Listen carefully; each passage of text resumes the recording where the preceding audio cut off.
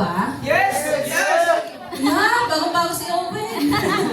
Sino yung mga baguhan? Sino yung mga baguhan dito? First time? Wala bang first time?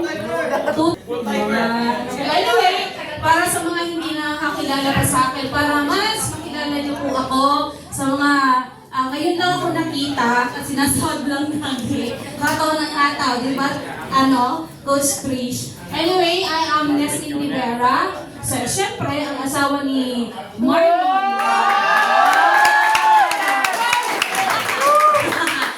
Former OFW for 15 years. Sino ba yung may mga kamag-anak mga OFW? Marami ba?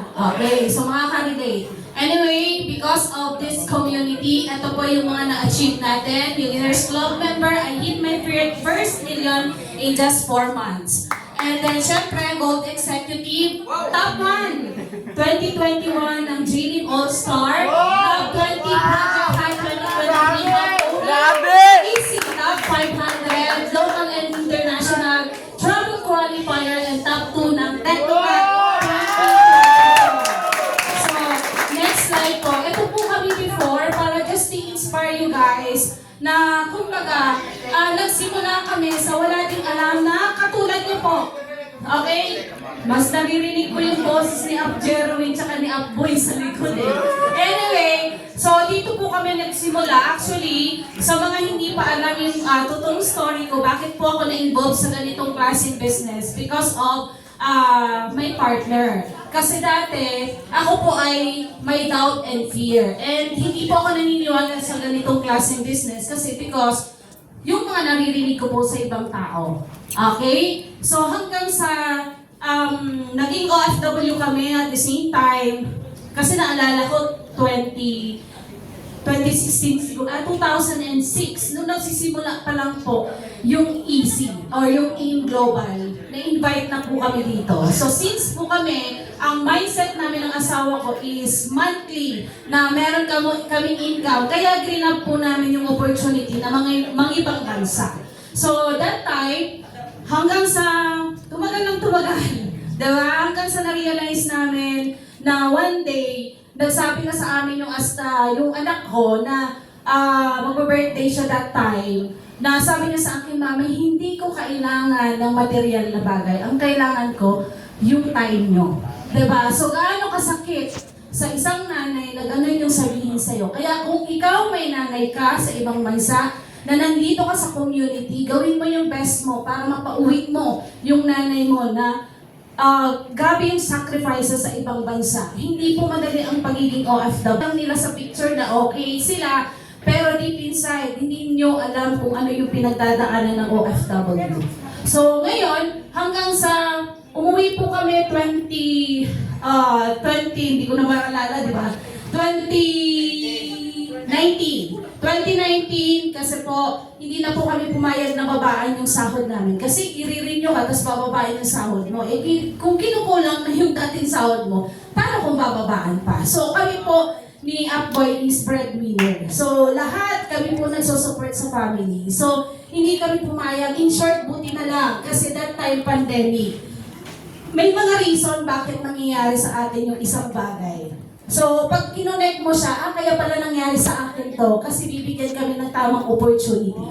Diba? So, hanggang sa umuwi kami, nawalan kami ng trabaho, walang income, walang kamag-anak, walang friends na kaalala. In short, na down kami, tumayo kami, nakilala namin po yung opportunity na to, yung negosyong to, and that time, bago kami pumasok dito, nagkaroon kami ng traditional business hanggang sa nakilala namin si Mentor Josephine. So, nagpapasalamat ang kay Mentor Josephine. Just because of him, ito po yung trabaho ko pala, I'm a performer po, international. So, both po kami ng asawa ko nagpa-perform sa iba't ibang bansa. Saan na pa kami napunta? Okay, next slide po. Hanggang sa, ito na po yung Pinull-time namin yung negosyo way back 2021 December. Tama ba ako kung hindi ako nagkakamali? 2021 December. So sabi namin, kami po ay kagaya nyo rin na wala pa kami ganun kalaki na income. Maniwala kayo sa hindi, ang income pa lang siguro namin pinakamalaki is 10,000. Ganyan lang po. Kasi before, 8,999 kami nag-start. Nag-start kami sa one account. Hanggang along the way, inaaral namin hanggang na hindi negosyo, hanggang talagang nag-15 accounts kami. Kasi bakit? Ito yung opportunity na magdadala sa amin sa lahat ng gusto namin mangyari sa buhay namin. And at the same time, ito yung mga achievements natin. So, sabi ko nga, I hit my first million 2021, 2022, hindi pa kami masyadong, 2022 pala kami nag-hub. So, pumasok yung 2023, nagkaroon ng magandang sistema na kumbaga created by Marlon De Vera.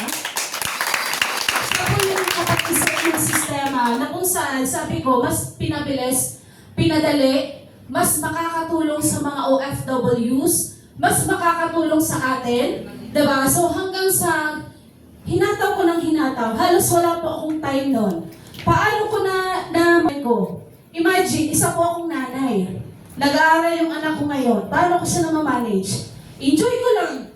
Kung ano yung kailangan ng anak ko, binibigay ko. Ganun po kapag meron ka ng pera. Anytime na humingi yung anak mo, mabibili mo. Anytime na gusto niya mag-order, sige, order. Kasi bakit? Kumbaga sa akin, makadistop si Apoy. Kumbaga sa akin, eto na yung time. Diba? Sa tagal namin nag-a-abroad, diba? Ito yung time na babawi ako sa kanya. Babawi kami sa time na nawala sa amin before. So, napakalaking tulong ng community. Kung kayo nandito na, hatawin nyo na lang ng todo. Kasi the system na meron tayo, yung platform na meron tayo, talagang hataw na lang talaga yung kulang mo. Sipag na lang. Kasi kung ako nagagawa ko na as nanay, nagsi-6 figures ako. So, imagine mo, wala pang lampas yun, every month nagsi-6 figures ako. Gaano na lang kasarap sa feeling na naaasikaso mo yung asawa mo, naaasikaso mo yung need ng anak mo, nabibigyan mo ng time yung family ba? So, hindi lang yan. Kasi, hindi lang naman yung anak at asawa ko yung kailangan kong intindihin. Tama? Kasi we have the business partners all over the world. So, paano ko na-handle yun? Kasi binibigyan ko siya ng time. Hinahati-hati ko, ginagawa ko, ano ba yung dapat kong gawin ngayon? Isusulat ko po talaga siya. Pag marami akong gagawin, sinusulat ko para maiwasan kong makalimutan. Okay? Alam ng asawa ko yan to do. Ngayong araw na to. Para pag lumabas ako, marami akong magagawa. Kahit nasa labas ako. Pagbalik ko ng house, marami din akong magagawa kasi meron akong list. Okay? So, ngayon, because of this community, nagkaroon tayo ng hubber. Tama? Mga hubbers natin dyan, paramdam naman dyan. Meron tayo, as of now, we have 3 hubs or 3 apartments po. We have the branch 1, branch 2, and Naga branch po. So, dumadami na po sila. I think nasa 25 na po sila right now. In just 1 month, na-hit po natin yung, kasi natira na lang sa amin is 6 or 8. Hindi ko matandaan. Mga gano'n na lang. So, gaano ka talagang binigyan namin yung time? Kasi hindi natin alam yung mga kabataan na yun, may mga kanya-kanyang situation na pinagdaanan. So, gaano kasarap kita mo yung kabataan na dati? Meron po kaming hubber na magpapakamatay na, buti na lang nakita yung community. Meron po kami nandyan po yung isang hubber namin na may problem sa family. Ngayon yung naramdaman na meron siyang pamilya. So, gaano kasarap sa feeling? Iba. Kasi nung nakilala ko to si Josh, shout out. Si Josh. Si Josh po, nung pumunta si Josh dito, is tulalatas ng maayos. So, one-on-one, kinausap namin, boy, ano ba yung naging problema? At least, nasolusyonan po agad. And right now, nakakatawa na siya, nakikita. So, hindi natin alam kung ano yung pwedeng mabago sa isang tao. Malay mo, di ba? Ngayong year na to, pumutok yan. So, hindi natin alam. So, I'm thankful na nakilala namin yung community kasi hindi lang po kaming family yung natutulungan namin yung sarili namin, kundi yung mga tao kailangan din ng tulong. Okay? And syempre, sabi ko nga po kanina, because of the system na meron tayo 2023, sabi ko, hindi pwede na ganito, ma-awardan yung asawa ka ng Millionaires Club member. So actually, na-hit ko po talaga yung first million ko in just 4 months. So tinatawag ko ng tinatawag. Kasi kung may goal ka kasi, talagang i-hit mo siya. Gigil ka sa goal mo. Pero huwag kang ma-attract muna sa income na, kasi it will follow. Dapat yung goal mo na yun, hanggang sa ma-hit mo siya, hanggang sa nakita mo, ay, kumita na pala ako ng ganito. Diba? So, yun yung ginawa ko. At the same time, ito po yung mga hindi tayo nawawala sa top 20 na Technocrat community. And of course, Project High. Okay, next slide po. So, ito yung taong actually, hindi pa lahat sila. May mga bago pa po tayong mga kumita po from iba't ibang bansa. So, ito po yung last 2023 na nakasama po sa OFW Top 20 po. Ito po dito po sa part na yan. And then ito naman po, actually hindi lang apat pala yung kumita sa akin ng malaki. Last year, kasi that time nasa Korea kami, hindi ko talaga na asikasuyot ng tawag ito ng mga accumulated income nila. Kaya apat lang po yung nakapasok dito. Yun yung kung ano yung paisip ko, yun lang yung nasa ko. Anyway, next po. So, yun yung binigay sa amin. Actually, ito po yung mga bago sa atin last December, January. Ito yung mga achievements natin. Yung travel. Sino yung gusto mag-travel? Maraming mag-travel. Okay? Dati, pinangarap ko lang din naman mag-travel. Diba? Nakakapag-travel naman kami para magtrabaho sa iba't ibang bansa. Pero right now, because of community, nakakapag-travel tayo, nabibigyan natin yung oras, yung self natin para i-enjoy. While nag-i-enjoy ka, kumikita ka, di ba? So, we have, actually, hindi ko na isa-isahin nga. Yan yung mga travel natin. Ito, natatandaan ko sa Cebu. Pagkatapos namin ng Cebu, LA, tama ba? Ay, LA. La Union, LU, and then of course sa Baguio. And after ng Baguio, nag-Korea po ako actually. So makikita nila. Ayan, so next slide po. Ayan po yung Korea trip namin. Kasama ko dyan sino pa yung nakasama sa Korea trip? November. Ikaw lang yung nandito, no? So, yan po yung trip namin sa Korea. Gaano ka, Sino yung mga mahilig manood ng movie ng Korean novela? Ayan. So, dapat sa susunod, i-goal niya naman, hindi niyo lang napapanood sa TV. Dapat kayo na mismo yung pumunta doon sa lugar na gusto niyo. Okay? And I think, yung next niyan is Japan. So, gusto niyo bang sumama sa Japan? Yes! Diba? So, ako hindi ko talagang gusto kong pumunta ng Japan. Nakapunta na po ako ng Japan para magtrabaho. Pero ngayon, right now, diba? So pupunta tayo para mag-travel! Okay, next slide po. Ayan, so last year, December 2024, sobrang sarap sa feeling kasi imagine, lagi kong binabanggit, sabi ko, ang sarap pala, sabi ko, ikaw yung top 1. What if kung ikaw yung top 1, then top 2 ako? Because of lagi kong binabanggit, lagi kong sinasabi, ginagawa ko yung task ko, ginagawa ko everyday na humataw siya, nangyari ko. Okay? So tapos po kami ng asawa ko at the same time, yan po yung na-awardan tayo. And December po, kung dati ang kinikita namin mag-asawa is 110,000, eto po dito sa community, sa negosyo, meron po tayo. Kumita po kami ng 512,000. So, okay, po yan. Couple goal talaga. And hindi lang yan, kasi next slide. Ayan.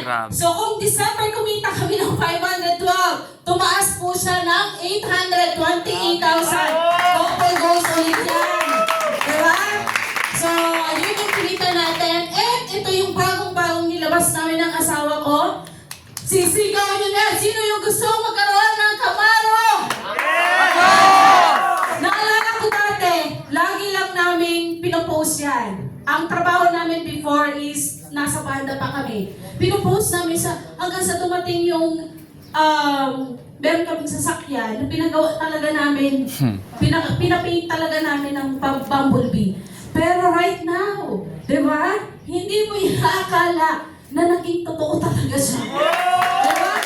Nakita niyo naman siguro na nasa labas po siya. Ito yung mga newest achievement namin ng asawa ko. And next slide po. Ayan, so last time, pumunta kami ng QCAD with Mentor Joseph Lee. So, masarap sa feeling na nakakasama. Sino ba yung gusto makasama si Mentor Joseph? Diba? Next. Hindi lang nag-i-enjoy ka doon kasi marami kang matututunan kay Mentor Joseph Lee. Okay? And ito yung napakasarap. January, kinumpain po namin yung income namin ng asawa ko. January, February, and March, kumita po kami ng 1.5. Diba? At yun po yan, po yan, at mahaba pa ang month para mag-December. So, kung kayo gusto nyo makasama sa top 20, walang nauna, wala pong nauhuli. Basta alam mo, nandyan na yung sistema, humataw ka, huwag mong isipin yung tulog mo muna. Ang isipin mo, yung hataw mo muna kung paano mo mas mapapabilis yung result mo. Sabi nga namin, sa mga hoppers namin, mas maganda na gawin nyo na siya ngayon. Gagawin nyo din naman na bakit hindi pa bilisan. Tama? Yes. Kaya naman talaga. It's a matter of mindset lang. Kasi minsan, ang problema is tamad ka lang. Okay? Totoo. Real talk po yan. Okay, kung nagagawa ko nga po mas marami yung ginagawa. Compare sa mga hoppers na wala nang ibang gagawin. Kundi, tulog, gigising ka, kakain ka, hahataw ka. Tama? So, bakit hindi mo siya magawa?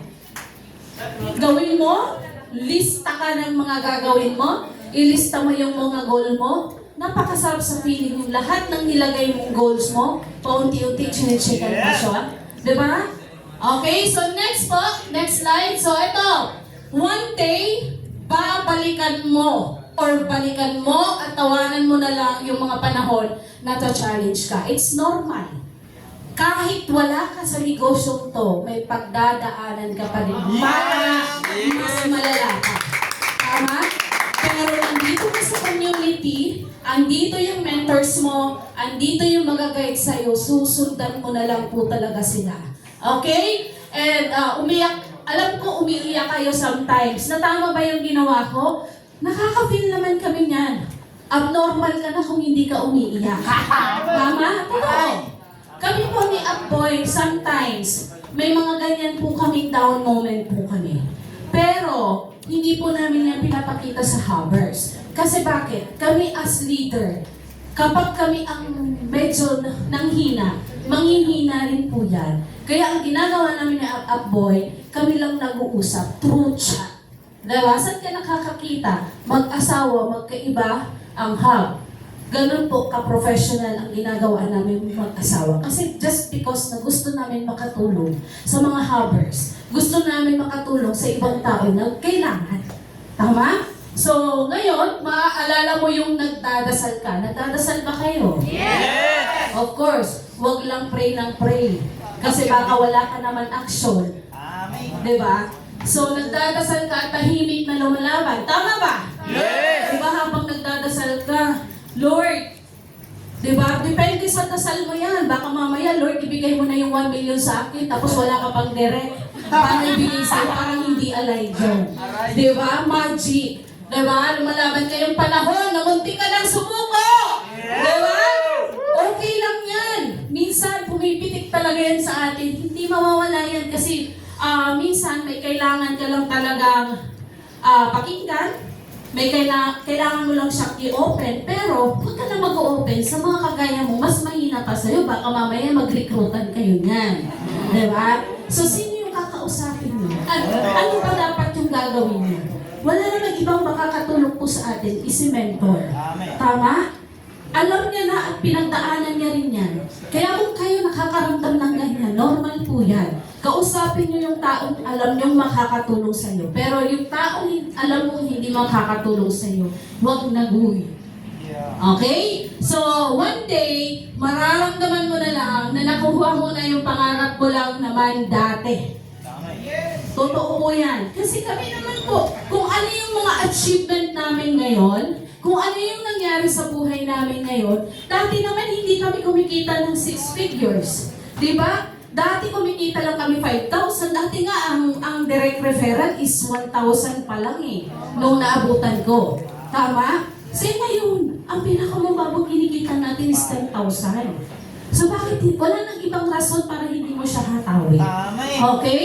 So ngayon, one day mararamdaman mo na lang na nakuha mo na yung mga pangarap mo lang naman dati. So mahirap, pero magugulat ka na lang, nagtagumpay ka na pala. So